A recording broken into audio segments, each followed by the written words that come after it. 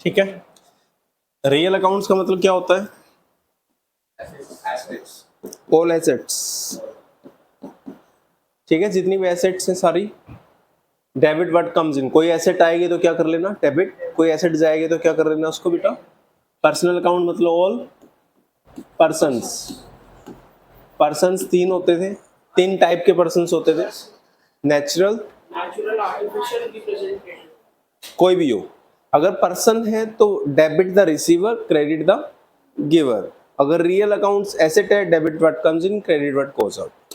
ठीक है, तो ये दो अकाउंट्स कर लिए थे बेटा, और इनके अकॉर्डिंगली हमने पढ़ लिया था कौन सा अकाउंट डेबिट होगा और कौन सा अकाउंट क्रेडिट होगा, और उसके कुछ एग्जांपल्स कर लिए थे जर्नल एंट्री कैसे होती है। ठीक है, अब एक टाइप रह गई थी हमारी, क्या थी वो? Nominal accounts. नॉमिनल अकाउंट्स क्या है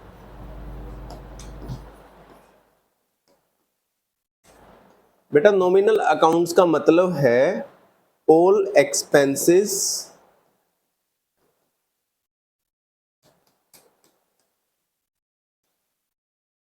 एंड लॉसेस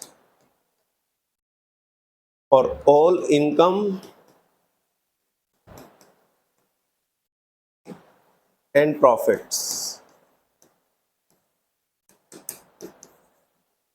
सारी इनकम, सारे प्रॉफिट, सारे एक्सपेंसेस और सारे लॉसेस। जब मैं बात बेटा यहाँ पे करता हूँ एक्सपेंसेस की, इट मीन्स रिवेन्यू एक्सपेंडिचर्स। आपको सर कैपिटल एक्सपेंडिचर क्यों नहीं? बेटा कैपिटल एक्सपेंडिचर रियल अकाउंट में आ जाएंगे, क्योंकि कैपिटल एक्सपेंडिचर का मतलब क्या होता है? फिक्स एसेट्स खरीदना, बिल्डिंग खरीदना, फर्नीचर खरीदना, कंप्यूटर खरीदना, व्हीकल खरीदना, मशीन खरीदना, है ना? ये सारी क्या है? Real accounts. ठीक है, तो यहाँ पे कौन से एक्सपेंसेस आएंगे? यहाँ पे नॉमिनल में only and only revenue expenditures आएंगे। ठीक है, और जितनी भी इनकम है, जितने भी प्रॉफिट है, सारे यहाँ पे आएंगे। और नॉमिनल अकाउंट कहता है debit all expenses and losses और क्रेडिट ऑल इनकम और प्रॉफिट। ये इसका रूल है कि जितने भी बिजनेस के एक्सपेंसेस हैं उनको क्या कर लो? डेबिट। जितने भी बिजनेस की इनकम है उनको क्या कर लो? क्रेडिट। यानी थ्रू आउट द लाइफ बेटा इस सब्जेक्ट के हिसाब से हम अपनी इनकम को हमेशा क्रेडिट करेंगे और एक्सपेंसेस को क्या करेंगे? हमेशा डेबिट। अगर आप किसी भी खर्चे को डेबिट करते हो तो कौन सा रूल अप्लाई करोगे? नॉमिनल अकाउंट का रूल अप्लाई होगा। नॉमिनल अकाउंट का रूल क्या कहता है? नॉमिनल अकाउंट का रूल कहता है डेबिट ऑल एक्सपेंसेस और credit all income and profits. ठीक है, समझ में आ गया? पक्का? अब तीनों अकाउंट्स हो गए। तीनों अकाउंट्स बेटा आपके टिप्स पे रहने चाहिए। पहला कौन सा अकाउंट था? पर्सनल। पर्सनल अकाउंट का रूल क्या था? Debit the receiver, credit the giver. यानी कोई बंदा सामने वाला रिसीवर दिख रहा है तो उसको क्या कर लेंगे, और कोई गिवर है तो उसको क्या कर लेंगे। और दूसरा रियल अकाउंट, क्या था रियल अकाउंट का रूल? डेबिट वाट, क्रेडिट वाट। और लास्ट आज का जो हमने अकाउंट्स करा नॉमिनल अकाउंट्स। नॉमिनल अकाउंट्स का रूल क्या है? Debit all expenses and losses, credit all income और प्रॉफिट्स। ठीक है, नोट डाउन।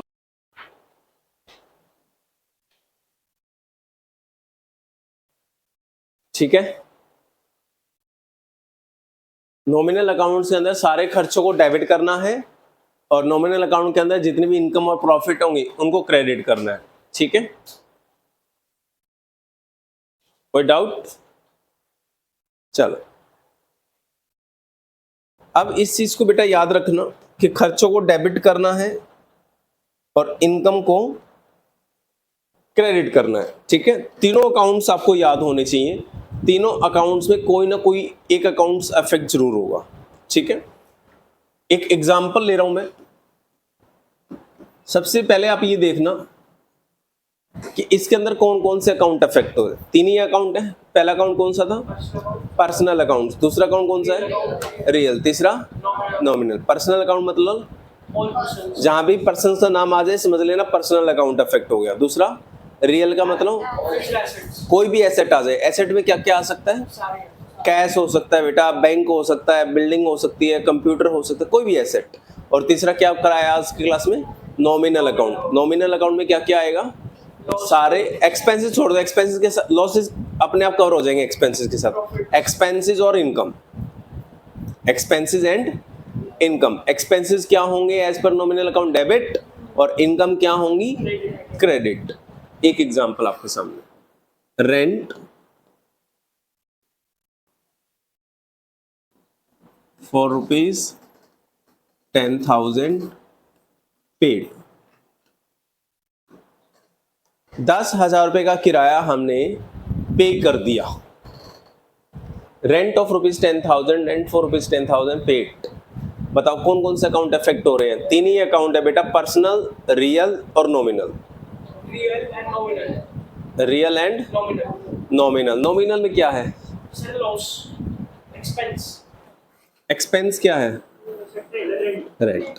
बेटा रेंट पे करना, रेंट पेड एक बिजनेस का रिवेन्यू एक्सपेंडिचर है या कैपिटल एक्सपेंडिचर है, रिवेन्यू एक्सपेंडिचर है। तो एक्सपेंडिचर सारे किस में आ गए फिर, नॉमिनल अकाउंट्स में, नॉमिनल अकाउंट हो गया, ये खर्चा हो गया और सारे खर्चे नॉमिनल अकाउंट में आएंगे। और नॉमिनल अकाउंट का रूल क्या है, दोबारा बोलो, debit all expenses and losses, credit all income and profit. ये इनकम है या एक्सपेंस है, एक्सपेंस को करेंगे डेबिट, ये तो डेबिट होगा बेटा। यानी इस ट्रांजैक्शन में एक अकाउंट नॉमिनल अकाउंट अफेक्ट हो रहा था, पर एज पर नॉमिनल अकाउंट हमने उसको क्या कर लिया, डेबिट। दूसरा कौन सा अकाउंट अफेक्ट हो रहा है, रियल अकाउंट। रियल अकाउंट में क्या, 10,000 हाँ बेटा पेड है, देखो पेड।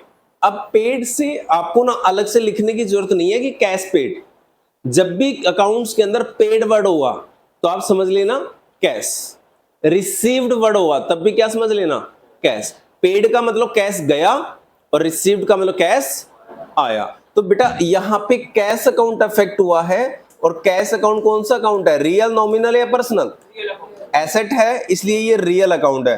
रियल अकाउंट का रूल क्या था, दोबारा बताओ, डेबिट द रिसीवर, नहीं डेबिट व्हाट, क्रेडिट व्हाट, जो आएगा उसको डेबिट करना है। यहां पे कैश आया है या गया है, गया है तो क्या करोगे, credit, simple. Cash account credit होगा और रेंट अकाउंट डेबिट होगा। एक ट्रांजैक्शन जैसे एक एक्सपेंस की है, अब जैसे सैलरी पेड है, रेंट पेड है, इंटरेस्ट पेड है, कमीशन पेड है, कोई भी खर्चा पेड है, यही एंट्री होनी है, ठीक है। लिखो इसका आंसर, जर्नल एंट्री कैसे बनेगी, नोट डाउन कर लो।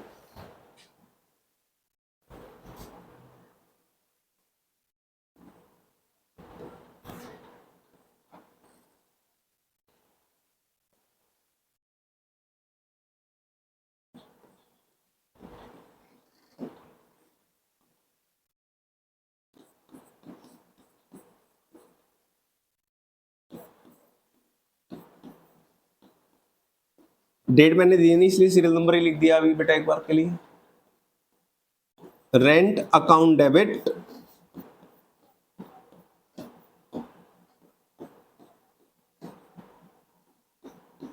टू कैश अकाउंट,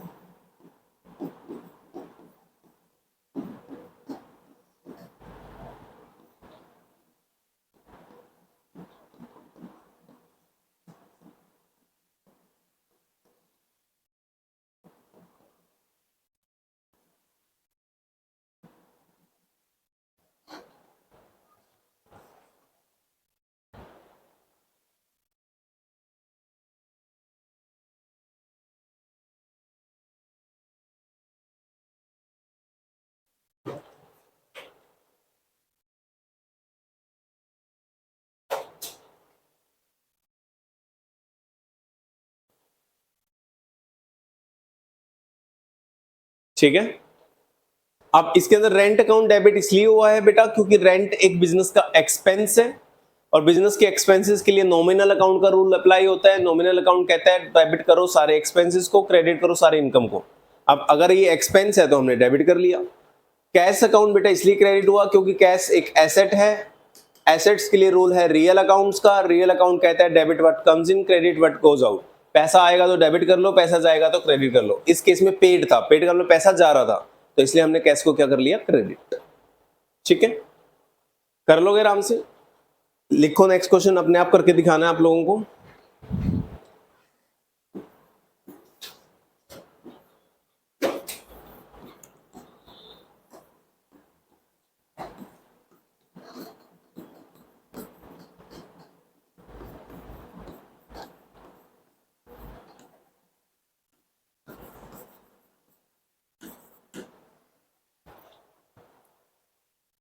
करो,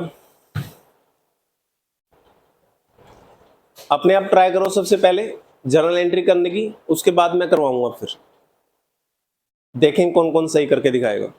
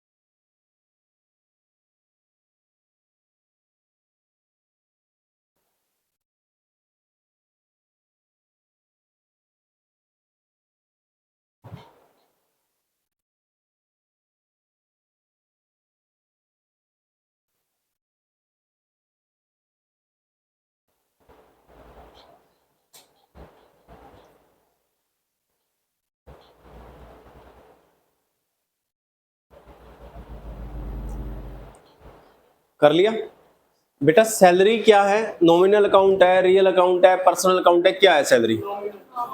सैलरी एक नॉमिनल अकाउंट है। नॉमिनल अकाउंट का रूल क्या था? क्रेडिट द लॉसेस एंड नहीं, debit debit all expenses and losses, credit all income and profits, right. यहाँ पे एक्सपेंस है इसलिए हम क्या करेंगे इसको? Debit. Debit all expenses, nominal account कहता है सारे खर्चों को डेबिट कर लो। सैलरी आपके बिजनेस का एक एक्सपेंस है इसलिए इसको डेबिट कर लो। और यहाँ पे पेड है बेटा थ्रू चेक, सैलरी ऑफ ₹3000, यहाँ पे पेड भी लगा लो साथ में, पेड थ्रू चेक। चेक के थ्रू पेमेंट करोगे तो बताओ बेटा पैसा कैश में जाएगा या बैंक से जाएगा? कैश तो नहीं जाएगा ना, बैंक से जाएगा। तो यहाँ पे बैंक अकाउंट इफेक्ट होगा बेटा, और बैंक अकाउंट में पैसा आएगा या जाएगा? जाएगा ना। तो रियल अकाउंट का रूल क्या है? Debit what comes in, credit what. अगर बैंक में से पैसा जा रहा है तो बैंक को क्या कर लो आप? क्रेडिट। तो जर्नल एंट्री हो जाएगी इसकी, salary account debit to bank account, being salary paid through cheque. Narration में लिख लेना being salary paid through cheque, ठीक है। Salary account debit to bank account, ये जर्नल एंट्री हो जाएगी इसकी। कर लोगे? नेक्स्ट लिखो।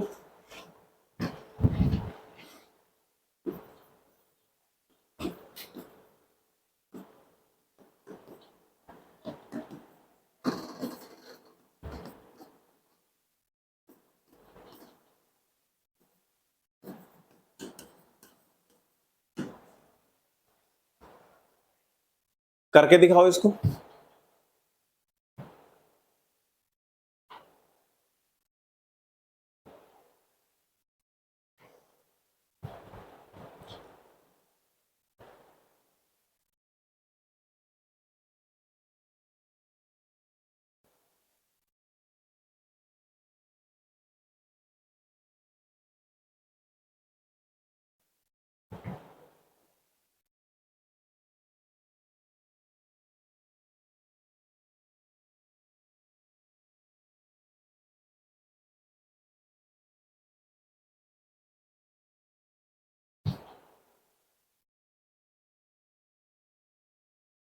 कमीशन ऑफ ₹9,000 रिसीव्ड,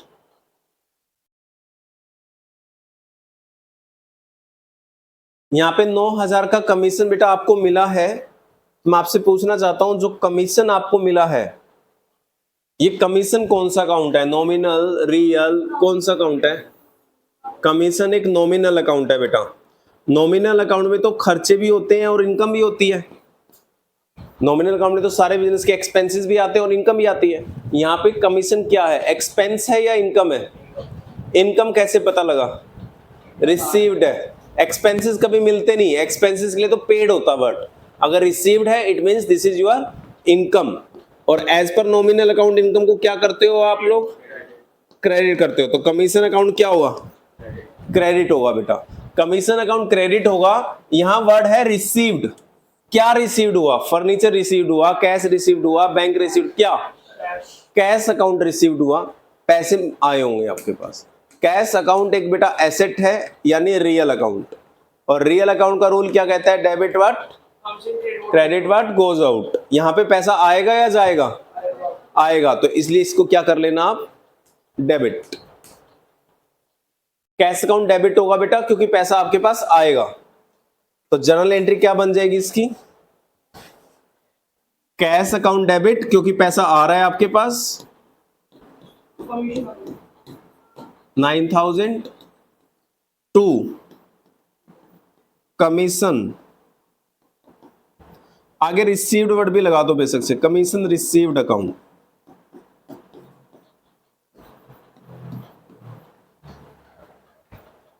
ये कमीशन अकाउंट भी लिख सकते हो ओनली।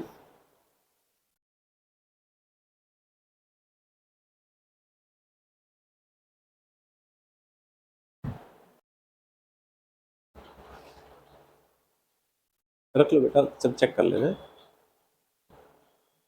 जल्दी करो बेटे, जल्दी करो, फास्ट जिसने नहीं किया। इसमें बेटा रेंट मिला है आपको, तो रेंट कौन सा अकाउंट है? रियल, नॉमिनल, पर्सनल, कौन सा अकाउंट है? नॉमिनल।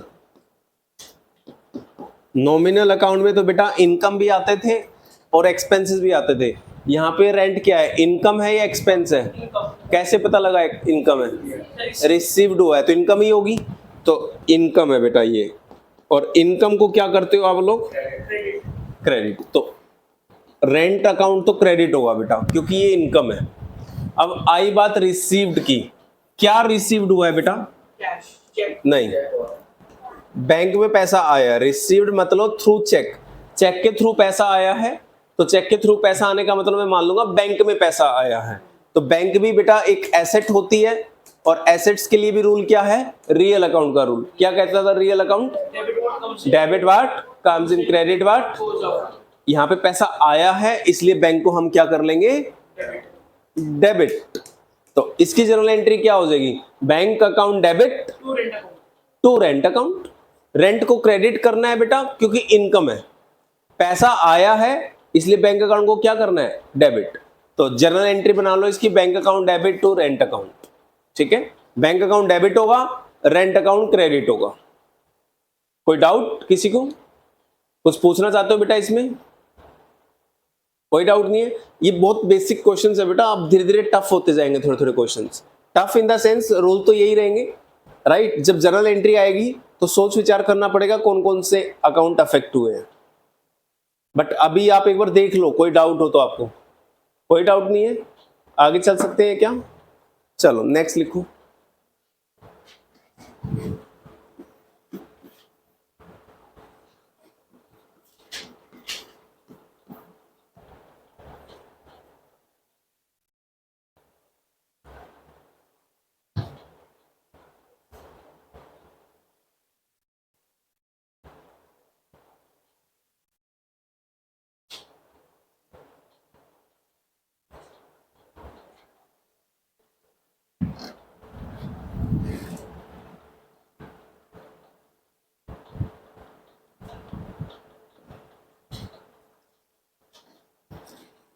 इंटरेस्ट कौन सा अकाउंट है?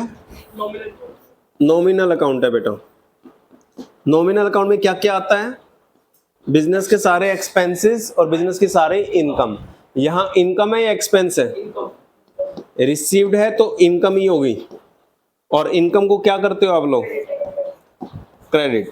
तो इंटरेस्ट अकाउंट क्या होगा बेटा? Credit. As per nominal account सारी इनकम क्रेडिट होती है, तो अगर इंटरेस्ट इनकम है तो क्रेडिट होगी।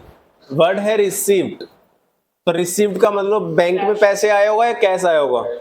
बेटा जनरली बैंक मानना पड़ेगा क्योंकि बैंक आपको जब भी इंटरेस्ट देगा अगर बैंक आपको इंटरेस्ट देगा तो बैंक अकाउंट में डालेगा, कैश कभी नहीं देगा, ठीक है।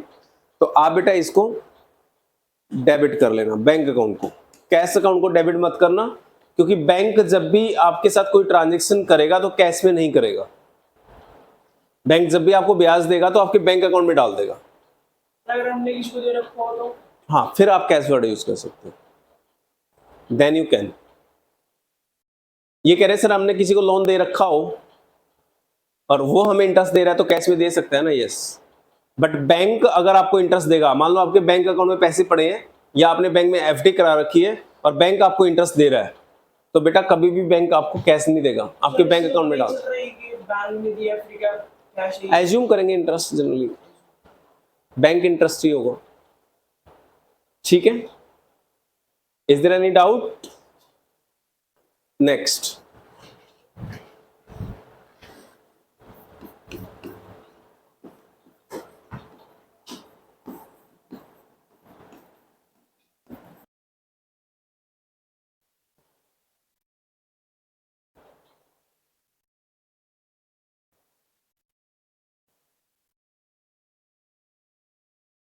करो बेटे करो, फटाफट से करो।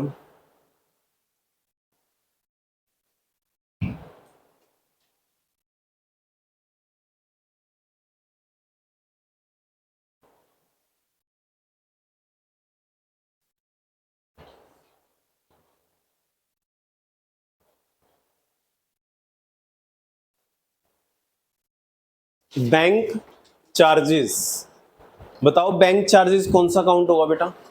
नॉमिनल। बैंक चार्जेस का मतलब क्या होता है? बैंक चार्जेस का मतलब बैंक ने हमसे क्या लिए होंगे? चार्जेस, पैसे। लाइक आपने चेकबुक मंगवानी है तो चेकबुक का बैंक क्या करेगा? चार्ज करेगा। फ्री में तो नहीं देगा ना। आपको बैंक से कोई भी काम करवाना है तो बैंक आपसे क्या लेगा? चार्ज करेगा चीजें, ठीक है ना।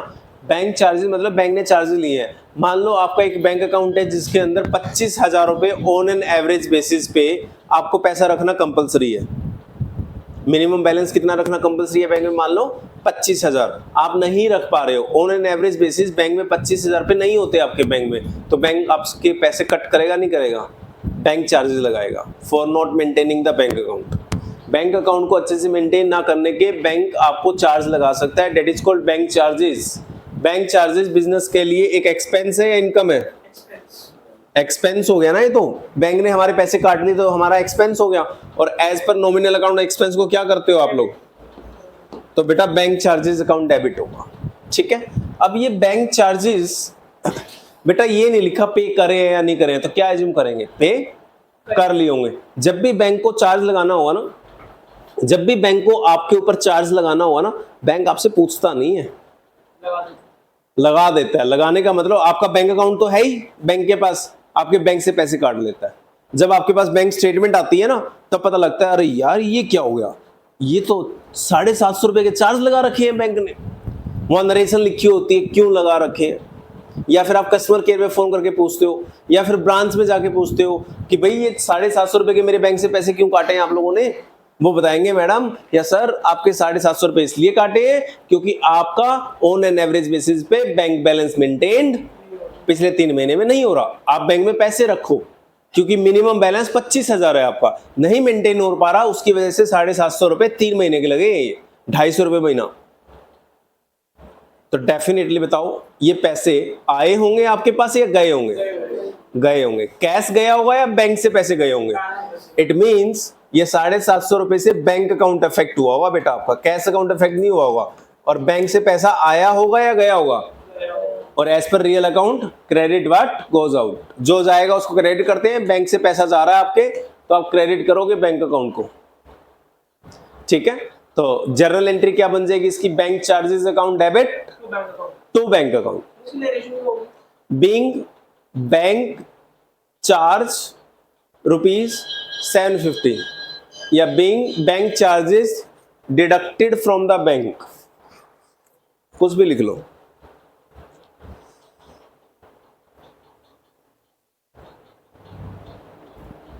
बैंक चार्जेस बेटा एक एक्सपेंस है, as per nominal account expenses को डेबिट करते हो आप लोग, और बैंक ने आपके पैसे बैंक अकाउंट से माइनस किए होंगे, तो बैंक अकाउंट अफेक्ट हुआ होगा। बैंक अकाउंट एक एसेट है, इसलिए क्रेडिट करेंगे। Credit what goes out, bank से पैसा गया है आपके तो बैंक अकाउंट क्रेडिट करो आप। ठीक है, समझ आ रहा है?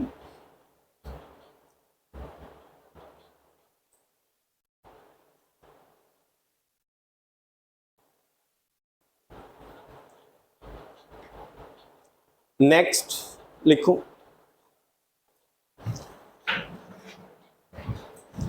नेक्स्ट क्वेश्चन लिखो आप बेटे।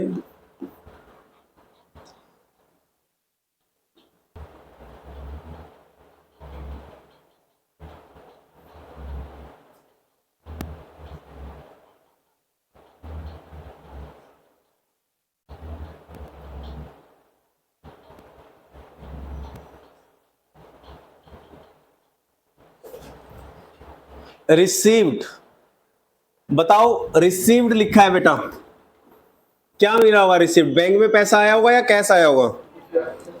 एज्यूम कैश करेंगे बेटा। कैश एक एसेट है, एसेट के लिए रूल किसका अप्लाई होगा? Real account. क्या कहता था रियल अकाउंट? डेबिट व्हाट आया होगा तो इसको क्या कर लो? डेबिट। क्या आया होगा? पैसा आया होगा। कोई इनकम एक्सपेंसेस तो है नहीं, कोई पैसा आया होगा, पैसे को डेबिट कर लिया। किससे पैसा आया है? रमन से। रमन एक क्या है? पर्सनल अकाउंट है बेटा, और पर्सनल अकाउंट का रूल क्या था? Debit the receiver, credit the, इस केस में ये गिवर है या रिसीवर है? गिवर को क्या करते हो आप लोग? क्रेडिट। तो एंट्री क्या हो जाएगी? Cash account debit to Raman account, Raman account या Raman, cash account debit to Raman. इसकी जनरल एंट्री हो जाएगी बेटा cash account debit to Raman. अब देखो इससे मिलता जुलता एक क्वेश्चन करवा रहा हूं तुम्हें, ठीक है? ऐसा ही क्वेश्चन करवा रहा हूं, एक सेम लिखूंगा, थोड़ा सा मिलता जुलता क्वेश्चन होगा बेटा, थोड़ा ध्यान देने की जरूरत है। आप थोड़ा सा सोच विचार करके लिखना, कुछ भी लिखोगे तो। रिसीव्ड कमीशन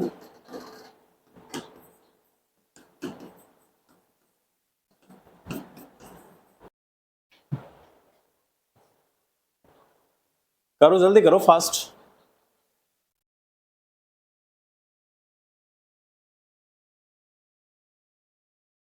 करके देखो बेटा, ज्यादा से ज्यादा गलत होगा कोई बात नहीं, बाद में ठीक कर लेना।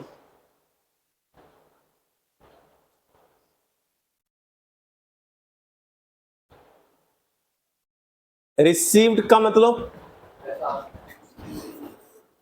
पैसे आए होंगे, कैश अकाउंट अफेक्ट होगा। कैश अकाउंट एक रियल अकाउंट है बेटा, रियल अकाउंट का रूल है डेबिट व्हाट कम्स इन। अगर कैश आ रहा है तो डेबिट होगा ना, कैश अकाउंट डेबिट होगा बेटा। कैश आएगा तो कैश अकाउंट डेबिट होगा, इस पर रियल अकाउंट। क्या आ रहा है आपके पास? कमीशन आ रहा है। अब कमीशन आ रहा है तो बेटा कमीशन अफेक्ट होगा नहीं होगा? क्योंकि कमीशन आपकी क्या बन जाएगी? इनकम। कमीशन आपकी इनकम हो गई, और as per nominal account income को क्या करते हो आप लोग? क्रेडिट। ठीक है, तो यहां पे रमन का कोई लेना देना नहीं है, क्योंकि बेटा जब भी किसी पर्सन से पैसे आते हैं, अच्छा एक बात बताओ, आप सैलरी राम को दो या श्याम को दो, फर्क पड़ता है? कंपनी के लिए तो सैलरी है ना, मैं इसको दूं या उसको दूं, सैलरी तो सैलरी है। बिजनेस के लिए सैलरी इंपॉर्टेंट है हमेशा। एक्सपेंसेस और इनकम, इन दो केसेस में अगर ये रिसीव्ड और पेड है तो बेटा पर्सनल अकाउंट इग्नोर होंगे। पर्सनल अकाउंट से कोई लेना देना नहीं होता। अगर इनकम कोई रिसीव्ड है और कोई एक्सपेंसेस पेड है, इन दो चीजों के अंदर पर्सनल अकाउंट कभी नहीं आएंगे। अब देखो यहां पे और इसमें क्या फर्क है? यहां पे 15,000 रिसीव्ड हुए थे रमन से, बेटा रमन से 15,000 रुपए रिसीव्ड हुए। क्या क्वेश्चन ने बोला किस चीज के पैसे रिसीव्ड हुए? क्या क्वेश्चन ने बोला कि माल बेचा था इसलिए पैसा आया? क्या क्वेश्चन ने बोला कि हमने इससे लोन लिया है? क्या क्वेश्चन ने बोला मैंने कमीशन लिया है? क्या क्वेश्चन ने बोला रेंट लिया है? कुछ नहीं बताया। इसका मतलब बेटा मैं यहां पे मानूंगा कि रमन से जो मैंने 15,000 रुपए लिए हैं, इसलिए लिए हैं क्योंकि मैंने रमन से लेने होंगे। पहले कभी उसको उधार में माल बेचा होगा, वो उधार का पैसा मैंने लिया है रमन से बेटा। लेना होगा रमन से, इसलिए रमन अकाउंट अफेक्ट होगा यहाँ पे। लेकिन यहाँ पे रमन से ही पैसा आया है, बट क्वेश्चन कह रहा है कमीशन का पैसा आया है, कमीशन का पैसा आया है, इसका मतलब हमें रमन से कोई लेना देना नहीं है, हमने रमन से पैसा नहीं लेना था, हमने तो कमीशन लिया है। मैं एक और एग्जांपल देता हूं, मेरा काम है बेटा प्रॉपर्टी डीलर का, रियल एस्टेट में मैं काम करता हूं, राइट। मेरा एक ऑफिस सेक्टर 3 में है। आप आए मेरे ऑफिस में, आप कहते हो सर हमें एक फ्लैट चाहिए रहने के लिए 3 BHK। मैंने कहा मिल जाएगा। कह रहे सर कितने का मिलेगा? मैंने कहा जी करीब करीब 25,000 रुपए महीने में मिल जाएगा आपको, अच्छा फ्लैट मिल जाएगा 3 BHK। आपने बोला सर ठीक है दिलवा दो। मैंने कहा दिलवा तो दूंगा, लेकिन फ्लैट दिलवाने के लिए 1 महीने का रेंट जो होगा that will be my commission, आपको देना पड़ेगा। आपने बोला डन सर, आप एक अच्छा फ्लैट दिलवा दो, हम आपको 25,000 रुपए का कमीशन भी दे देंगे। मैंने आपको एक फ्लैट दिलवा दिया, अब फ्लैट दिलवा दिया तो आप मुझे पैसे दोगे नहीं दोगे? आप मेरे को 25,000 रुपए दोगे। तो as a commission agent, as a property dealer, मैं अपने ऑफिस में बैठा हूं, तो मैं आपसे पूछना चाहता हूं बेटा, आपसे मतलब है मुझे या मेरे कमीशन से मतलब है? मैं अपनी बुक्स में कमीशन इनकम को लिखूं या आपका नाम लिखूं? आपके जैसे पता नहीं कितने कस्टमर आ रहे होंगे मेरे पास रात दिन, सुबह कोई आएगा, दोपहर कोई आएगा, शाम कोई आएगा, कोई 25,000 का कमीशन देगा, कोई 50,000 का कमीशन देगा, कोई 10,000 का कमीशन भी देगा। तो बेटा मैं किस किस के नाम लिखूं? मुझे किसी से कोई लेना देना नहीं है। अगर मेरे को पैसा मिल रहा है, दिस इज माई इनकम, मैं अपनी इनकम को क्रेडिट कर लूंगा, कमीशन को क्रेडिट कर लूंगा, ठीक है। यस, अगर आप मेरा पैसा अभी नहीं दोगे, उधार करोगे, अगर आप कहते हो सर फ्लैट तो ले लिया आपने, दिलवा भी दिया, आपका ही फ्लैट है, कोई दिक्कत नहीं है, हम आपको 3 महीने बाद कमीशन दे देंगे, अभी पैसे हैं नहीं, अभी तो मेरी नई नई जॉब लगी है, सैलरी आने दो, 3 महीने बाद हम आपको आपका कमीशन पे कर देंगे। तो बताओ बेटा इस केस के अंदर आपका नाम लिखा जाए ना लिखा जाए? किस तरीके से लिखा जाएगा वो नेक्स्ट क्लास है, उससे नेक्स्ट क्लास में पढ़ेंगे, बट उस केस में लिखा जाएगा। अगर मेरे पास डेली का कमीशन आ रहा है, कभी राम दे जाता है, कभी श्याम दे जाता है, कभी मोनू दे जाता है, कभी टोनू दे जाता है, ये सारे नाम लिखने की जरूरत नहीं है बेटा। मेरे को कमीशन मिल रहा है तो कमीशन अकाउंट अफेक्ट होगा मेरा, मेरे लिए कमीशन इनकम है, चाहे वो राम से मिले चाहे वो श्याम से मिले, उसमें मुझे कोई भी प्रॉब्लम नहीं है। इसलिए यहां देखना ध्यान से, आप वैसे कि नोट डाउन भी कर लेना, अगर एक्सपेंसेस पेड होंगे या फिर इनकम रिसीव्ड होंगी, यानी उधार का कोई काम नहीं है, या तो इनकम मुझे मिल जाए मेरे बिजनेस को, या मेरे बिजनेस ने एक्सपेंसेस पे कर दिया, तो बेटा कोई फर्क नहीं पड़ता किसको पे कर दिया और किससे पैसा मिला है, personal account will be ignored. Personal accounts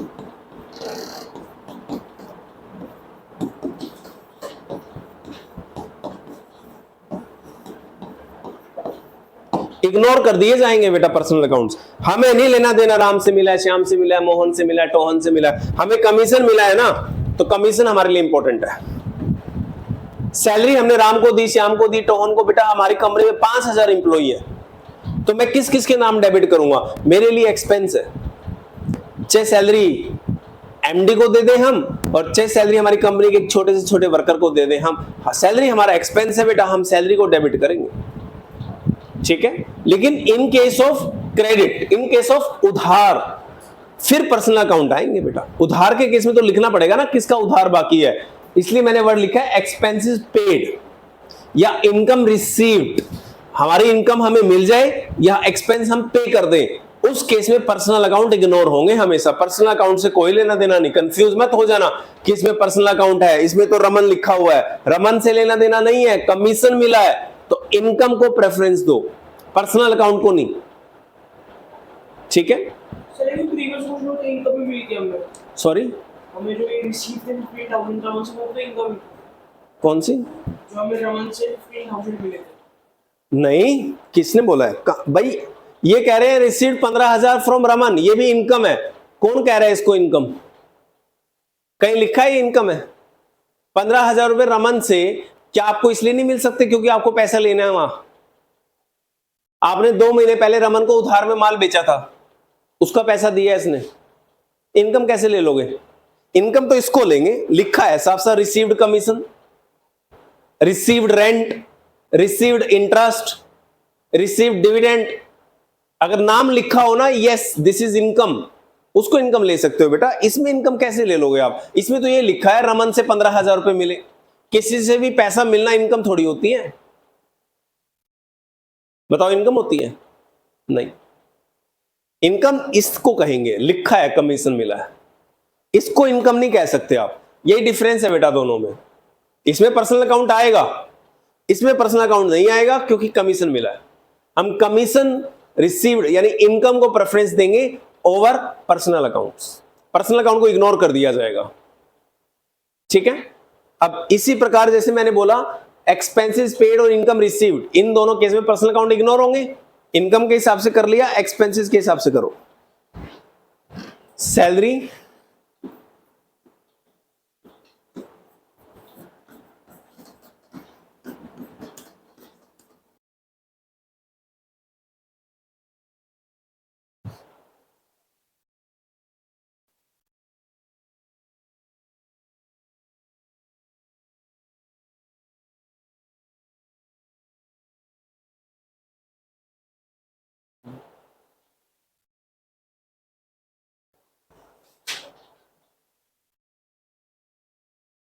हो गया बेटा। पेड, पेड का मतलब कैश अकाउंट अफेक्ट होगा, कैश अकाउंट आया होगा गया होगा, पैसा गया होगा। जाने के केस में एज पर रियल अकाउंट क्या करेंगे हम? Credit. Debit what comes in, credit what goes out. अगर कैश गया है तो कैश को क्रेडिट कर लो। और सैलरी की है बेटा, सैलरी क्या है? एक्सपेंस है। और as per nominal account expenses क्या होते हैं? डेबिट होते हैं। तो जनरल एंट्री क्या बन जाएगी? Salary account debit to cash account. आसान है। अब इसकी जगह क्या है देखो, से मिलता जुलता लिखूंगा। सैलरी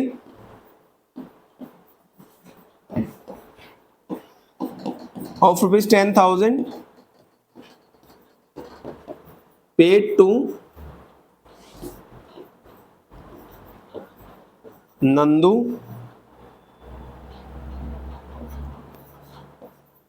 ए मैनेजर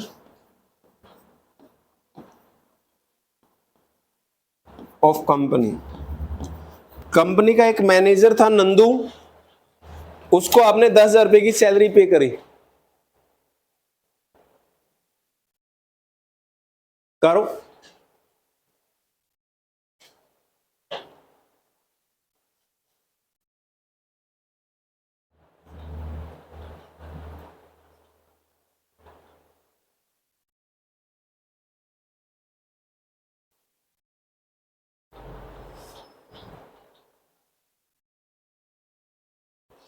इसमें क्या हो गया एंट्री? इसमें अगेन ऊपर वाली एंट्री होगी same, salary account debit to cash account. हमें नहीं मतलब नंदू को पे कर रहे हो, सत्तू को पे कर रहे हो, फट्टू को पे कर रहे हो, सारी सैलरी हमारे लिए सैलरी है बेटा। सैलरी बिजनेस का एक एक्सपेंस है, एज ए एक्सपेंस सैलरी को डेबिट करेंगे। जैसे ऊपर सैलरी को डेबिट किया था ना, इसमें भी सैलरी को डेबिट करेंगे। पेड, इसमें भी पेड है, तो बेटा टू कैश अकाउंट हो जाएगा। हमें नहीं मतलब नंदू को पे करी है, सत्तू को पे करी है, क्योंकि अभी हमने पढ़ा था कि अगर एक्सपेंसेस पेड, कहां गया?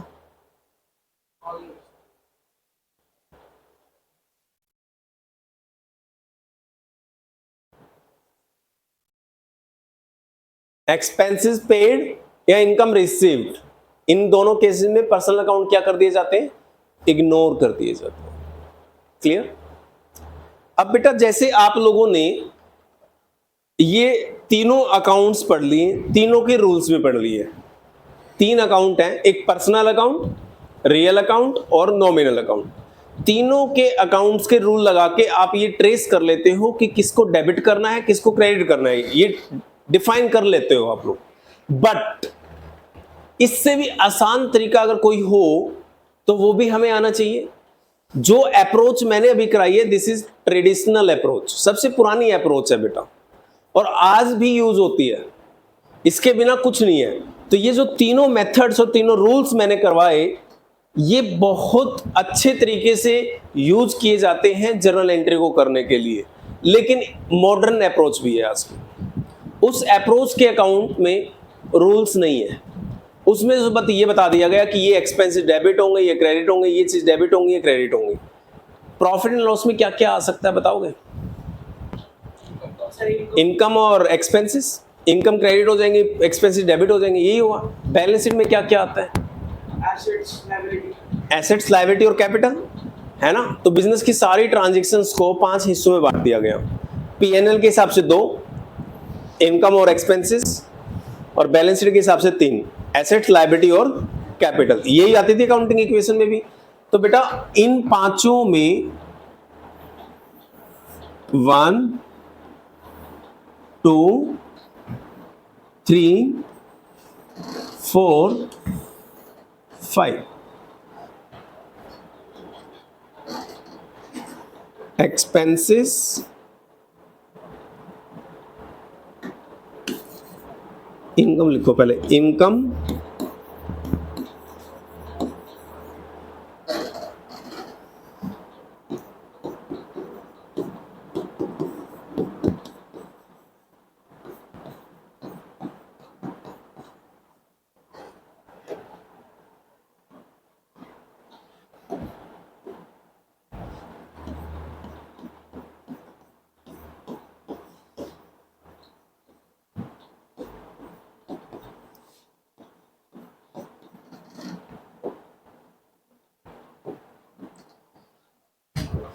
बेटा जो येलो कलर में है वो सारी क्रेडिट होंगी, इनकम क्रेडिट होंगी, लायबिलिटीज कोई भी होगी क्रेडिट होगी, कैपिटल क्रेडिट होगी।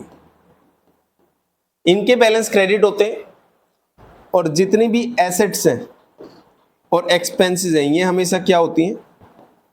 Debit. Simple.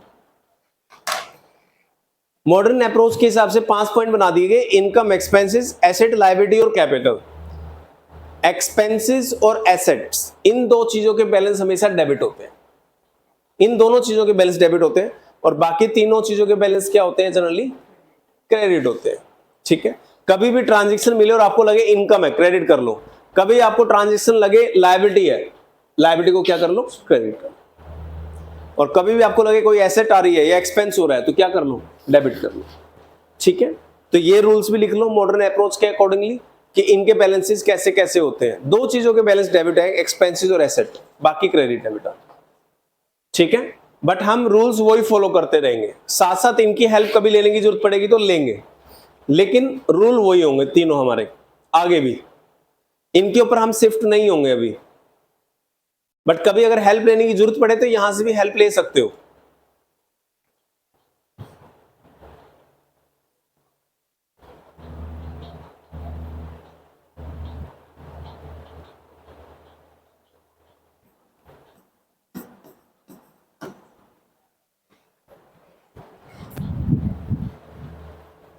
Salary due but not paid,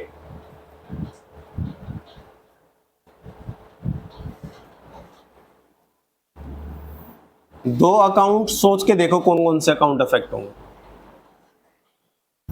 salary due but not paid, nominal,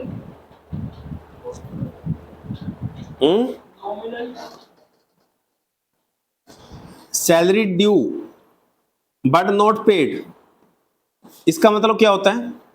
benefit ले लिया, बेनिफिट ले लिया बट उसकी पेमेंट, इसका मतलब सैलरी एक्सपेंस तो है ही तुम्हारा, तो एक तो सैलरी अकाउंट अफेक्ट होगा।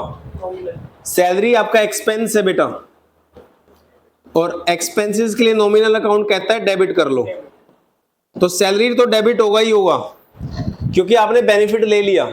अगर बेनिफिट ले लिया तो आपका एक्सपेंस है और एक्सपेंसेस डेबिट होते हैं। अभी भी हमने पढ़ा मॉडर्न अप्रोच के हिसाब से भी एक्सपेंसेस क्या होते हैं? डेबिट। तो सैलरी को तो डेबिट करेंगे, क्या पे करी है? पे तो करी नहीं, पे कर देती तो कैश आ जाता। अब इसमें कैश वर्ड नहीं आएगा, अब इसमें कैश वर्ड नहीं आएगा, तो मुझे आपसे पूछना है बेटा, अगर कैश वर्ड नहीं आएगा क्योंकि बेटा सैलरी पे नहीं करी, तो जिसको भी सैलरी पे नहीं करी एक तरह से हमारी लायबिलिटी है या नहीं है? वो लायबिलिटी क्रेडिट, लायबिलिटी है। और एज पर मॉडर्न अप्रोच देखेंगे तो लायबिलिटी क्या करते हैं, क्रेडिट, लायबिलिटी क्रेडिट होती है। लेकिन अभी इस पे नहीं आ रहे हम, अभी उसी रूल को फॉलो करेंगे हम अपने ट्रेडिशनल मेथड्स को। Salary due but not paid, हमने अपने एम्प्लॉय को सैलरी नहीं दी, इसका मतलब उधार है। उधार केस में पर्सनल अकाउंट आने चाहिए नहीं आने चाहिए। मैंने आपको एक्सपेंसेस के केस में पर्सनल अकाउंट को इग्नोर करने के लिए बोला था, बट कौन से एक्सपेंसेस के केस में, पेड। अगर आप खर्चे की पेमेंट कर दो तो यहां क्या खर्चे की पेमेंट हुई है, यहां देखो आप, मैंने इग्नोर करने के लिए बोला था लेकिन एक्सपेंसेस पेड के केस में, एक्सपेंसेस आउटस्टैंडिंग के केस में नहीं बोला। यहां पे बेटा आउटस्टैंडिंग है खर्चा, सैलरी यहां पे बेटा आउटस्टैंडिंग है। अगर सैलरी आपके आउटस्टैंडिंग है तो पर्सनल अकाउंट आएंगे, ठीक है। अब पर्सनल अकाउंट में कौन होगा, कोई भी हो, एम्प्लॉई होगा, सैलरी तो एम्प्लॉई को जाती है। अब वो एम्प्लॉई एक पर्सनल अकाउंट है, और पर्सनल अकाउंट का रूल क्या था हमारा, डेबिट द रिसीवर और क्रेडिट द गिवर। मेरी कंपनी में एक एम्प्लॉई है, वो बताओ रिसीवर है या गिवर है, उसने मेरे को सर्विस दी है या मेरे से सर्विस ली है, ही इज गिवर, उसने सर्विसेज दी है बेटा। मैं उसको सैलरी क्यों दे रहा हूं, क्योंकि उसने सर्विसेज दी है। और अगर एम्प्लॉय ने सर्विसेज दी है तो एम्प्लॉय क्या हो गया, गिवर। लेकिन एम्प्लॉय के केस में अगर वो गिवर है और एज पर पर्सनल अकाउंट हम उसको क्रेडिट करना चाहते हैं तो नाम से क्रेडिट नहीं करेंगे, उसका रिप्रेजेंटेटिव अकाउंट आएगा। हर एम्प्लॉय को कौन रिप्रेजेंट करेगा, आउटस्टैंडिंग सैलरी। कौन रिप्रेजेंट करेगा, आउटस्टैंडिंग सैलरी। तो बेटा यहां पे पर्सनल अकाउंट अफेक्ट होगा। पर्सनल अकाउंट क्यों अफेक्ट होगा, क्योंकि एम्प्लॉय ने सर्विसेज दी है, एम्प्लॉय गिवर है बेटा। क्यों है गिवर एम्प्लॉय, क्योंकि एम्प्लॉय ने हमें सर्विसेज दी है। अगर एम्प्लॉय सर्विसेज देगा, ही इज गिवर, और एज पर्सनल अकाउंट गिवर को क्या करते हो आप लोग, क्रेडिट करते हो। बट क्रेडिट एम्प्लॉय का नाम नहीं होगा, एम्प्लॉय के नाम से कभी क्रेडिट नहीं होगा, एम्प्लॉय को रिप्रेजेंट करेगा कोई अकाउंट। जैसे एम्प्लॉय को आउटस्टैंडिंग सैलरी रिप्रेजेंट करेगा, और मालिक को बिजनेस में कौन रिप्रेजेंट करता है, कैपिटल। ऐसे एम्प्लॉय को बेटा बुक्स ऑफ अकाउंट्स में आउटस्टैंडिंग सैलरी रिप्रेजेंट करेगा। एम्प्लॉय के नाम नहीं लिखेंगे हम, आउटस्टैंडिंग सैलरी रिप्रेजेंट करेगा बेटा एम्प्लॉय को। और एम्प्लॉय ने सर्विसेज दी हैं इसलिए वो गिवर है, और एम्प्लॉय को हमें क्या करना पड़ेगा, क्रेडिट, ठीक है। लेकिन तभी आएगा एम्प्लॉय का नाम, यानी एम्प्लॉय का रिप्रेजेंटेटिव अकाउंट तभी आएगा जब उधार होगी। अगर सैलरी पेड होती तो हम पर्सनल अकाउंट क्या कर देते, फिर इग्नोर।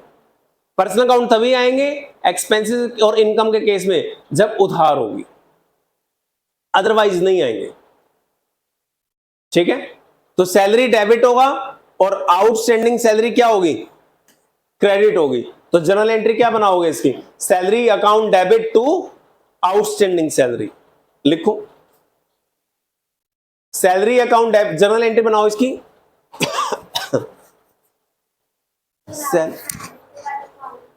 हाँ, salary account debit to outstanding salary account. Narration लिख लेना, being outstanding salary recorded, being outstanding salary recorded.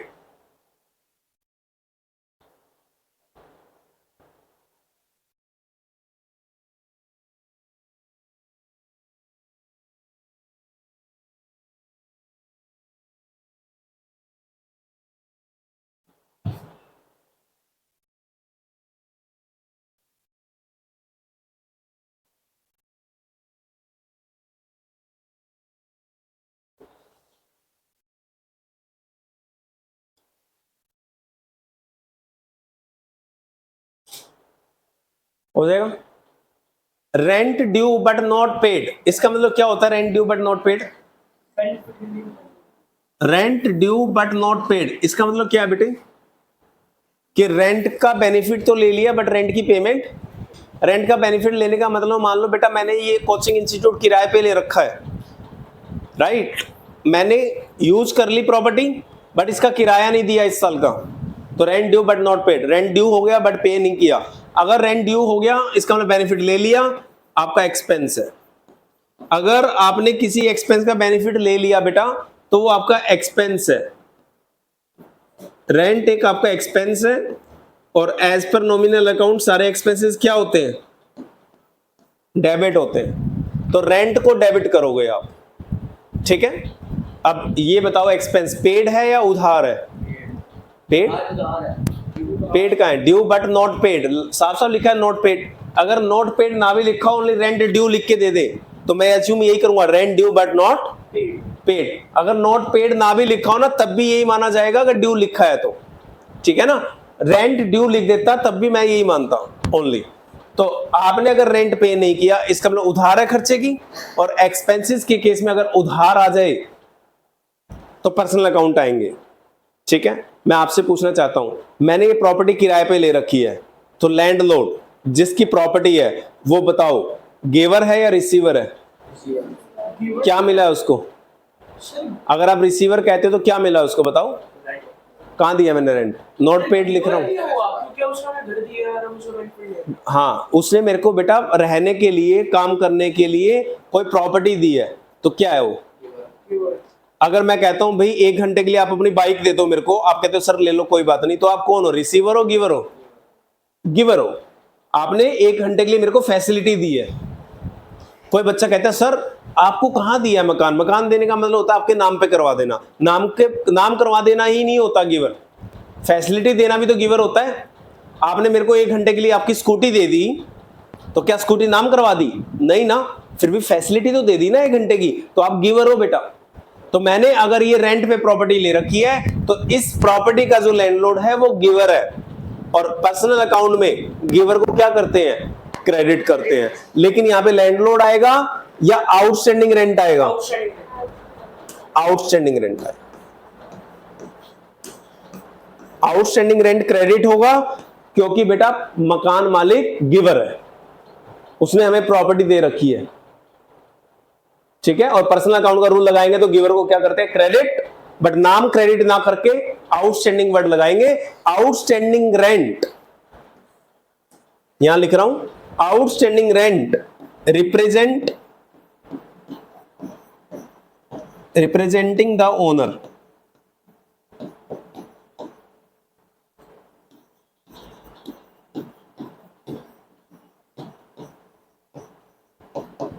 Office के ओनर को रिप्रेजेंट कर रहा है हमारी बुक्स में आउटस्टैंडिंग रेंट। आउटस्टैंडिंग रेंट का मतलब है मैंने अपनी प्रॉपर्टी के मालिक को किराया देना है, वो गिवर है, उसने हमें प्रॉपर्टी दी है रहने के लिए, और एज पर पर्सनल अकाउंट गिवर को हम क्रेडिट करते हैं, तो उसका नाम क्रेडिट ना करके उसका रिप्रेजेंटेटिव अकाउंट क्रेडिट होगा बेटा। भाई पर्सन तो तीनों होते हैं ना, नेचुरल भी, आर्टिफिशियल भी और रिप्रेजेंटेटिव भी, इसमें रिप्रेजेंटेटिव आएगा। तो इसका मतलब आपको ये पता लग गया, चाहे सैलरी पेबल है, चाहे रेंट पेबल है, चाहे कोई और एक्सपेंस पेबल है, उस केस में पर्सनल अकाउंट तो आएंगे ही आएंगे, बट पर्सनल अकाउंट में नेचुरल पर्सन नहीं आएंगे, रिप्रेजेंटेटिव आएंगे। और रिप्रेजेंटेटिव बनाने के लिए आउटस्टैंडिंग वर्ड लगा लो, ठीक है। और आउटस्टैंडिंग रेंट का मतलब होता है हमने देना है, लायबिलिटी है, और एज पर मॉडर्न अप्रोच लायबिलिटी को आप लोग क्या करते हो? क्रेडिट। तो उस केस में भी आउटस्टैंडिंग रेंट क्या हो जाएगा? क्रेडिट। तो जर्नल एंट्री क्या बनेगी इसकी? Rent account debit to outstanding rent account, ठीक है। Any doubt? पक्का? आगे चले, लिखो नेक्स्ट।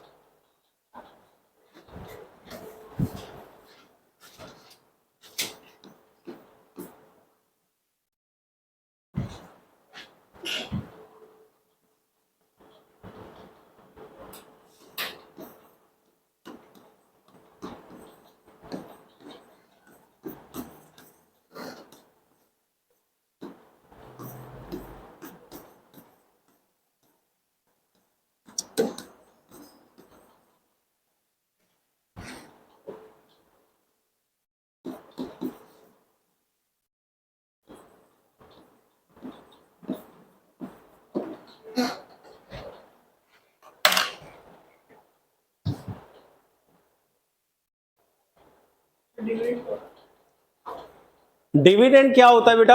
अगर आप किसी कंपनी के अंदर पैसे इन्वेस्ट कर देते हो, लाइक रिलायंस कंपनी में पैसा लगा देते हो, टाटा में पैसा लगा देते हो, तो आपकी इन्वेस्टमेंट हो गई, उस इन्वेस्टमेंट के बदले में वो कंपनी जो भी प्रॉफिट कमाएगी उसका कुछ हिस्सा आपको भी देगी, ठीक है। तो प्रॉफिट आपके हाथों में डिविडेंड कहलाता है। डिविडेंड मतलब प्रॉफिट का पार्ट, लाभांश। जो कंपनी ने प्रॉफिट कमाया वो हमारे हैंड्स में होगा डिविडेंड, शेयर होल्डर्स के। डिविडेंड लिख दिया क्या? डिविडेंड आएगा बेटे, डिविडेंड हुआ, डी होगा, टी नहीं है। Dividend of ₹7500 received in bank.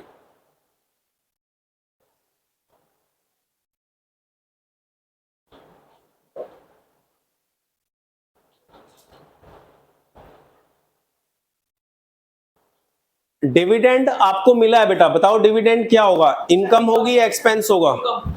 Dividend आपकी इनकम होगी। और इनकम को क्या करते हो आप लोग? तो डिविडेंड रिसीव्ड अकाउंट क्रेडिट होगा। डिविडेंड आपकी इनकम है, इनकम क्रेडिट होती है, और वर्ड लगा है बेटा रिसीव्ड, तो पैसा आया होगा गया होगा? आया होगा। तो कौन सा अकाउंट अफेक्ट हुआ होगा? कैश अकाउंट या बैंक अकाउंट? बैंक अकाउंट आपकी एक एसेट है बेटा। एसेट्स के लिए रियल अकाउंट का रूल कहता है डेबिट व्हाट कम्स इन। अगर बैंक में पैसा आया है तो बैंक को डेबिट कर लेना। तो जनरल एंट्री हो जाएगी bank account debit to dividend received account. Received भी लगा दो बेटा, अच्छा रहेगा। टू डिविडेंड रिसीव्ड अकाउंट, और नरेशन में लिख लेना बीइंग डिविडेंड रिसीव्ड। नरेशन लिख लेना बीइंग डिविडेंड।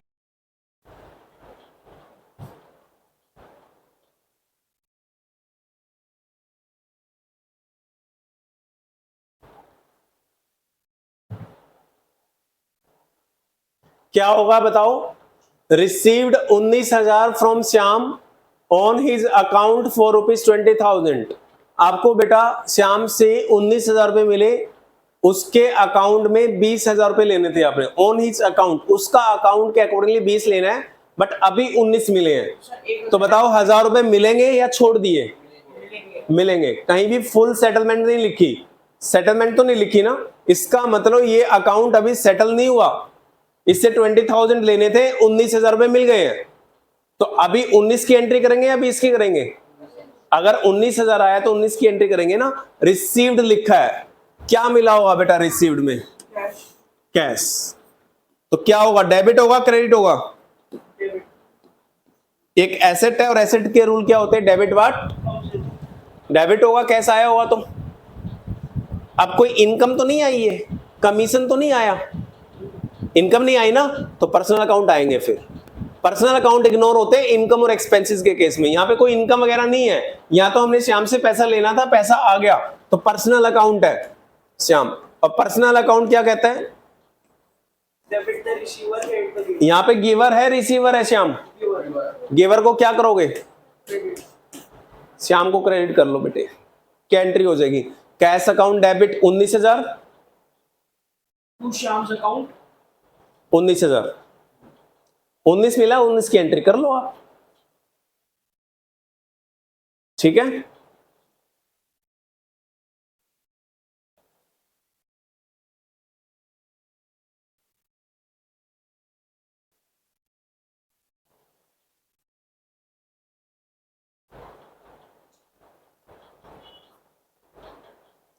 कर लोगे?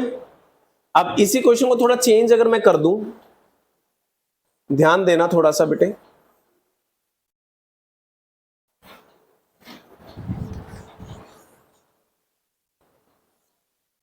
क्या चेंज कर रहा हूं? जो चेंज कर रहा हूं अलग कलर में लिख रहा हूं। श्याम इन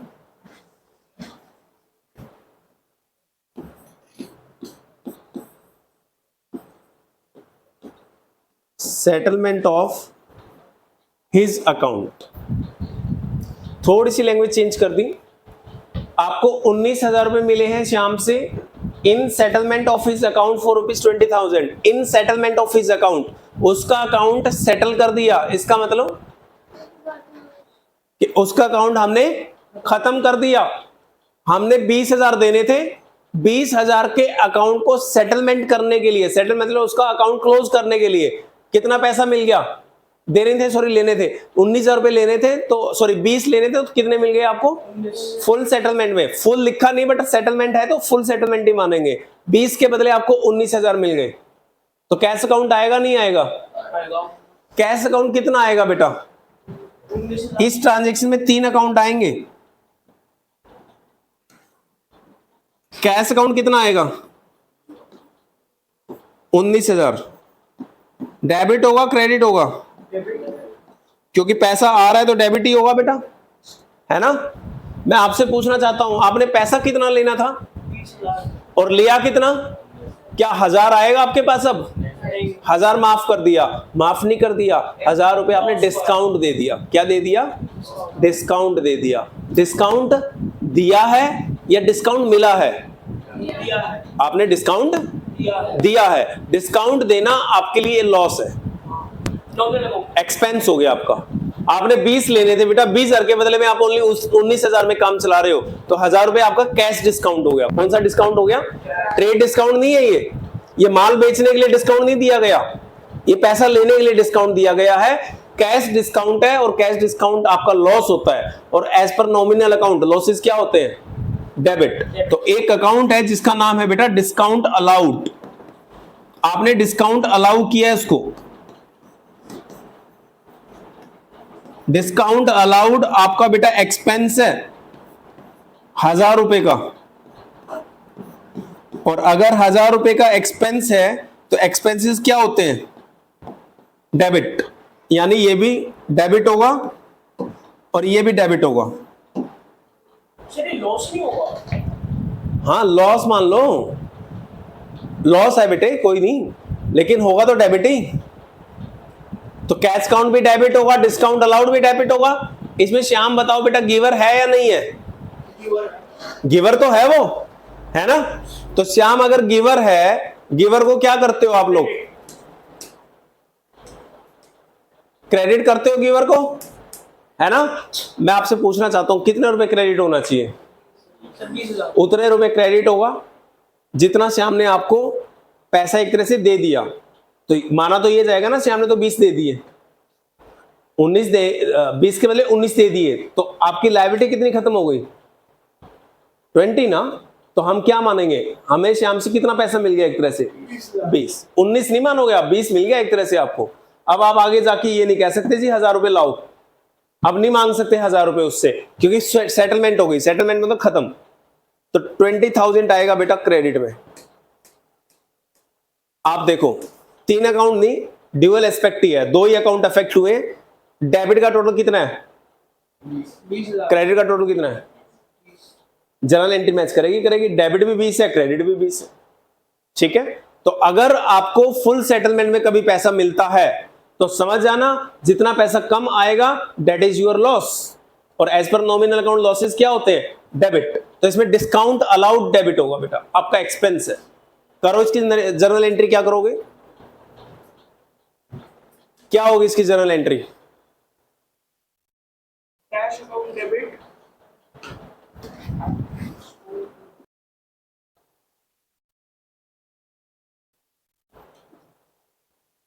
कर लिया?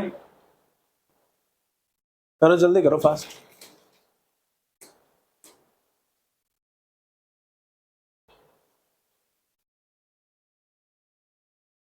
बेटा paid ₹9,000 to Mohan on his account for ₹10,000।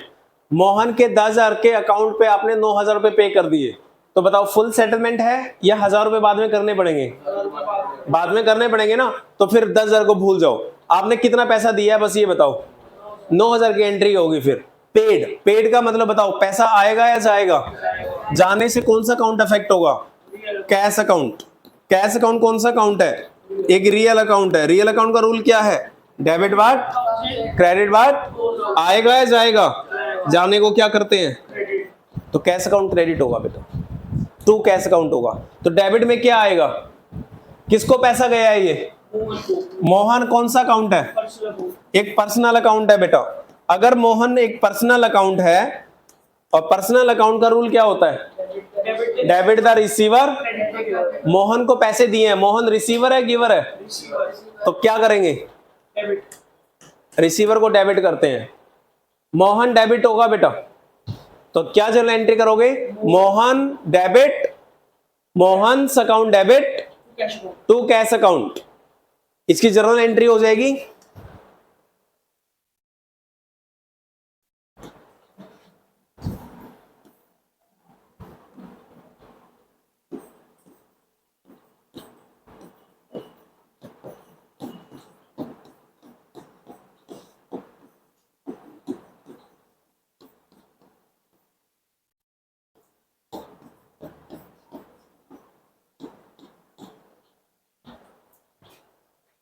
Mohan's account debit होगा क्योंकि मोहन रिसीवर है, आपने मोहन को पैसा दिया है, और एज पर पर्सनल अकाउंट रिसीवर डेबिट होते हैं बेटा। टू कैश क्योंकि कैश गया है। आसान है, कर लिया जा सकता है। अब इसके अंदर थोड़ा सा चेंज करते हैं।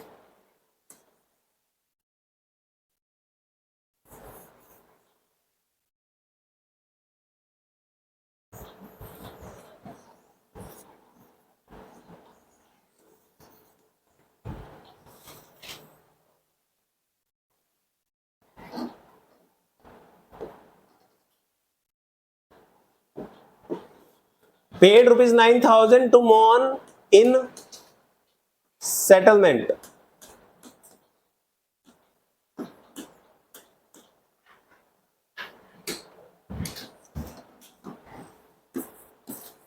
Of his account for rupees 10,000. क्या हो गया इसका मतलब? paid rupees 9,000 to Mohan in settlement of his account. In settlement मतलब फुल पेमेंट 10,000 के बदले कितना दिया है? 9,000। कम दिए ज्यादा दिए? आपने अगर पैसे कम दिए हैं तो आपका प्रॉफिट हो गया, लॉस हो गया? प्रॉफिट। प्रॉफिट क्या होते हैं? इनकम। इनकम।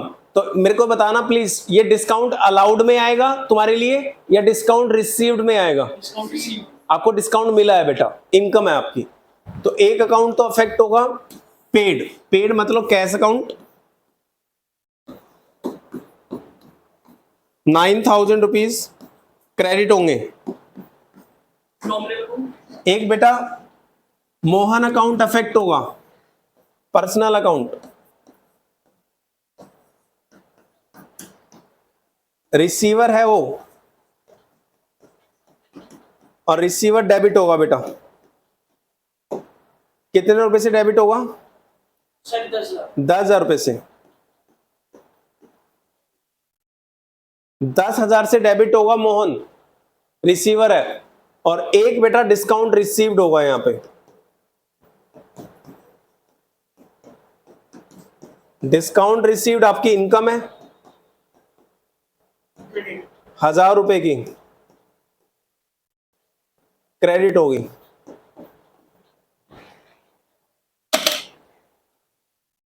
तो बेटा दो अकाउंट क्रेडिट होंगे, कैश अकाउंट 9,000 से क्रेडिट होगा, डिस्काउंट रिसीव्ड इनकम है आपकी 1,000 रुपए क्रेडिट होगा, तो टोटल 10,000 रुपए क्रेडिट हुआ और 10,000 ही डेबिट हो रहा है मोहन अकाउंट। तो इसकी जर्नल एंट्री हो जाएगी Mohan account debit 10,000 to cash account 9,000 और to discount received account 1,000।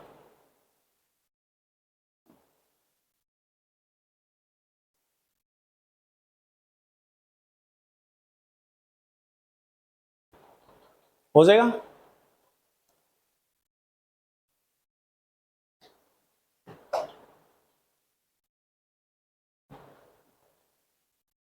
Clear है बेटे?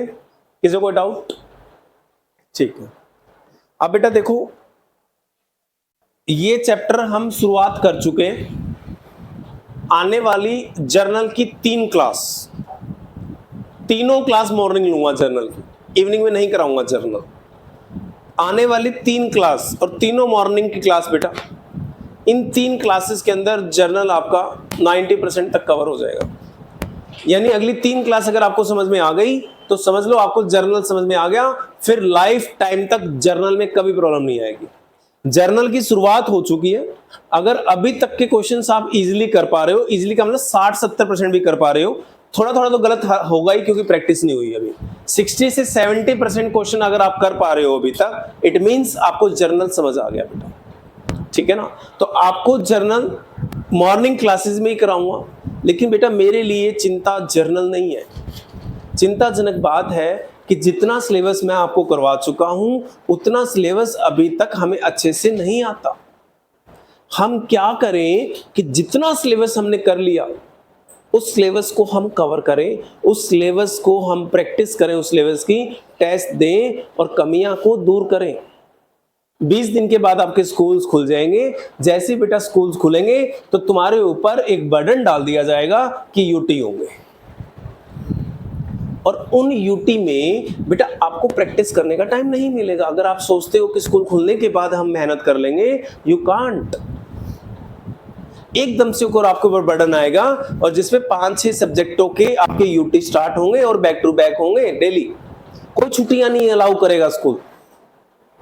तो उन यूटीज में 100% परफॉर्म करने के लिए, उन यूटी में अगर 25 नंबर का पेपर होता है तो 25 के 25 नंबर लेने के लिए, 20 नंबर का होता है तो 20 के 20 नंबर लेने के लिए, 30 का होता है तो 30 के 30 नंबर लेने के लिए हमें इन्हीं दिनों में मेहनत करनी पड़ेगी। ये स्कोप है आपके पास बेटा इतना बढ़िया कि अगर आप इस टाइम को यूटिलाइज कर लो तो आने वाले टाइम में आपके बल्ले बल्ले अकाउंट्स आपकी मुट्ठी में होगा। ठीक है, कभी तकलीफ नहीं देगा जिंदगी में आपको अकाउंट्स। तो उसके लिए अब आपका रोल थोड़ा सा बढ़ जाता है बेटा। मेरा रोल है कि मैं आपको चैप्टर अच्छे से समझाऊं, चैप्टर की प्रैक्टिस भी अच्छे से करवाऊं, बट अगर मैंने समझाया भी, प्रैक्टिस भी कराई, उसके बाद सेल्फ प्रैक्टिस बेटा खुद थोड़ी सी करनी पड़ेगी और टेस्ट भी देने होंगे। और टेस्ट के अंदर अगर नंबर कम होते हैं तो अपने आप से क्वेश्चन पूछना होगा कि भी तेरे नंबर कम क्यों आए। खुंदस आनी चाहिए तुम्हें अपने ऊपर, गुस्सा आना चाहिए अपने ऊपर, भाई तेरे नंबर कम कैसे आए, किस प्रकार, क्यों कट गए नंबर तेरे। अपने आप से क्वेश्चन पूछो आप। जब आप अपने आप से बात करोगे तो डेफिनेटली आप ही उसका आंसर कर दोगे कि नंबर क्यों कट गए। हो सकता है आपने उस चैप्टर को अच्छे से कवर नहीं किया, थोड़ा सा पढ़ लिया, थोड़ा सा छोड़ दिया, कंप्लीट कवर नहीं किया, या बिल्कुल ही पढ़ के नहीं आए कि कल टेस्ट था मैंने तो पढ़ा ही नहीं, आके दे दिया सर जितना आपने पढ़ाया था, जितना आपका पढ़ाया हुआ याद था उसके हिसाब से हमने लिख दिया। बेटा उसके हिसाब से लिखोगे तो अधूरा ही लिखोगे फिर, क्योंकि लिखने के लिए भी आपको कुछ चीजें तो याद करनी पड़ेंगी थ्योरी के अंदर। मैं रट्टा मारने के लिए नहीं कहता, कॉन्सेप्ट समझने के बाद आपको बेटा लिख के प्रैक्टिस करनी पड़ेगी कि कल को अगर मीनिंग ऑफ करंट लायबिलिटी आ गया, एग्जांपल ऑफ करंट लायबिलिटी आ गया, मीनिंग ऑफ टेंजिबल एसेट्स आ गया, या मीनिंग ऑफ डेप्रिसिएशन आ गया, या डिफरेंस गेन और लॉस आ गया, या डिफरेंस इनकम और रिवेन्यू आ गया, या डिफरेंस इनकम और प्रॉफिट आ गया, या डिफरेंस कैपिटल एक्सपेंडिचर और रिवेन्यू एक्सपेंडिचर आ गया, कुछ भी अगर थ्योरी क्वेश्चन आ गया तो उसको कैसे लिखेंगे, उसकी बेटा थोड़ी मेहनत चाहिए। 90 क्रॉस अगर नहीं करोगे तो मेरे लिए कम है नंबर। मैं कभी आपको अप्रिशिएट करता हुआ दिखाई नहीं दूंगा जब तक 90 क्रॉस ना कर ले। हमारी आंखों में सपना होना चाहिए 90 क्रॉस तो करेंगे हर हाल में, और विश्वास मानो बेटा आप सब करोगे। बट मुझे आप लोगों का साथ चाहिए, आपसे ज्यादा कॉन्फिडेंस मुझे है अपने ऊपर कि आप क्रॉस करोगे, लेकिन आपके साथ के बिना तो मैं कुछ नहीं कर सकता। ठीक है, ये जो मैं प्लानिंग के थ्रू क्लासेस ले रहा हूं, आपके टेस्ट ले रहा हूं, एज ए चैलेंज दो बेटा इसको टेस्ट। बस ये नहीं कि सर ने टेस्ट रख दिया चलो ठीक है आज आ जाते हैं दे देते हैं टेस्ट, कुछ तो क्वेश्चन आते ही होंगे, इतना तो पढ़े रखा है। नहीं, इन टेस्टों को बेटा उसी तरीके से लो जैसे आप स्कूलों में लेते हो। जब स्कूल का टेस्ट होता है ना तो आप पढ़ाई करते हो, ज्यादा नहीं तो कम से कम पहले डे वाले दिन तो आप अपनी ट्यूशन भी छोड़ देते हो कि कल स्कूल में यूटी है सर आज नहीं आएंगे क्लास में। वो डेडिकेशन आपकी होनी चाहिए इन टेस्टों के अंदर, तब जाके बेटा आपकी रिवीजन बहुत अच्छे से हो पाएगी। अदरवाइज हम अटक जाएंगे, रह जाएंगे बेटा। ठीक है, तो कमिंग संडे नहीं, कल क्लास है आपकी इवनिंग की, तो कल इवनिंग क्लास में अपना टेस्ट का सिलेबस लिख लो, कौन कौन से चैप्टरों का आपका टेस्ट होगा बेटा। आपको अच्छे से पढ़ाई करके आना है, रिवीजन करके आना है। अगर आप में से किसी का नहीं हुआ तो आज आके मेरे से वो चैप्टर समझ लेना, कोई टॉपिक समझना है, कोई चैप्टर समझना है, कोई थ्योरी याद नहीं हो रही है आपको वो भी बता देना। जहां आपको प्रॉब्लम आती है मेरे साथ बात करो, कोई चीज नहीं जो आपको याद नहीं हो सकती, जो आपको समझ नहीं आ सकती, और कोई ऐसा चैप्टर नहीं जिसके अंदर 100% नंबर नहीं आ सकते आपके। सारे चैप्टर आसान है, सारे चैप्टर्स आप कर सकते हो और सारे चैप्टरों में 100% मार्क्स ले सकते हो। जस्ट बस सोचने की देर है बेटा, सोच लो एक बार कि करना है, आप कर जाओगे। चैप्टर नंबर 1, चैप्टर नंबर 2 और चैप्टर नंबर 4। अभी ओनली 3 चैप्टरों का टेस्ट होगा कल। चैप्टर नंबर 1 है बेटा इंट्रोडक्शन टू अकाउंटिंग, जिसके अंदर थ्योरी क्वेश्चन है ज्यादातर, objective of accounting, limitations of accounting, मैंने इंपॉर्टेंट क्वेश्चन आपको मार्क कराए रखे हैं, डेफिनेटली उनमें से ही आएगा। Qualitative characteristics of accounting, advantage of accounting, है ना, double book keeping, single book keeping, single entry system, या बुक कीपिंग और अकाउंटिंग में डिफरेंस, अकाउंटिंग और अकाउंटेंसी में डिफरेंस। ये पहला चैप्टर है। ब्रांचेज ऑफ अकाउंटिंग, 3 ब्रांच थी, cost accounting, financial accounting, management accounting. दूसरा चैप्टर बेसिक टर्म्स है सारी बेटा, छोटी छोटी, और लास्ट में जाके 2 प्रैक्टिकल केस स्टडीज थी, जिसमें पूरा केस पूछता है और नीचे फिर क्वेश्चंस पूछता है उसमें से, राइट, वो वाले केस जरूर करने हैं आपको। और चैप्टर नंबर 4 बहुत छोटा सा चैप्टर है, difference between cash basis accounting और accrual based accounting. Cash basis accounting में प्रॉफिट कैसे निकालना है, एक्रूअल बेस्ड अकाउंटिंग में प्रॉफिट कैसे निकालना है, ठीक है। अगर इन तीनों चैप्टरों में किसी भी चैप्टर पे अगर आपको ये लगता है कि सर थोड़ा सा डाउट है, तो आप बेटा रिकॉर्डेड क्लास है अपनी सारी, जितनी आज अभी तक क्लास हुई है सारे रिकॉर्डेड अपने चैनल पे अवेलेबल हैं। आप वहां जाके उस चैप्टर की क्लासेस दोबारा देख सकते हो, अपने आप वो टॉपिक रिमाइंड हो जाएगा आपका, अपने आप वो टॉपिक समझ में आ जाएगा, ठीक है। अपनी टीएस ग्रेवाल को घर पे जाके खोलो और देखो पहले चैप्टर में से कौन कौन से क्वेश्चन आ सकते हैं। जितने भी इंपॉर्टेंट क्वेश्चन है सारे बेटा लिख लिख के प्रैक्टिस करो। पहले क्वेश्चन याद करो, फिर अपनी कॉपी में कम से कम उस क्वेश्चन को 5 बार लिखो। पहली बार लिखा, मैच किया, अच्छा ये गलती है, उसको दोबारा याद करो, फिर दूसरी बार लिखो, फिर मैच करो, अच्छा ये गलती है, फिर तीसरी बार याद करके फिर तीसरी बार लिखो। तो ऐसे कम से कम 5 बार एक क्वेश्चन को लिखो बेटा, बैक टू बैक लिखो 5 बार लगातार, तो वो क्वेश्चन इतने बढ़िया तरीके से याद हो जाएगा। कल को अगर स्कूल में आ गया ना तो आपको 5 के 5 नंबर मिलेंगे इस क्वेश्चन में बेटा। और you will see the difference कि 10th क्लास तक कैसे पढ़े थे, 11th क्लास तक कैसे पढ़े हो, और अपने ऊपर प्राउड महसूस करोगे जिस दिन आपके 20 में से 20 आएंगे और आप अपनी क्लास को टॉप करोगे। आपकी क्लास में आपसे ऊपर कोई होगा ही नहीं। आपकी क्लास में टीचर्स भी शॉक्ड होंगे, यार ये बच्चा इतना एडवांस कैसे है, हमने तो इसको कुछ कराया ही नहीं, लेकिन ये बच्चा इतना एडवांस कैसे है। तो एडवांस कहलवाने के लिए तो बेटा हमें मेहनत करनी पड़ेगी, एफर्ट्स करने पड़ेंगे। तो प्लीज इन टेस्टों को ना ऐसी मत जाने दो। अगर मैं टेस्ट लेता हूं तो एज ए चैलेंज दिया करो टेस्ट, कि सर छोड़ेंगे नहीं।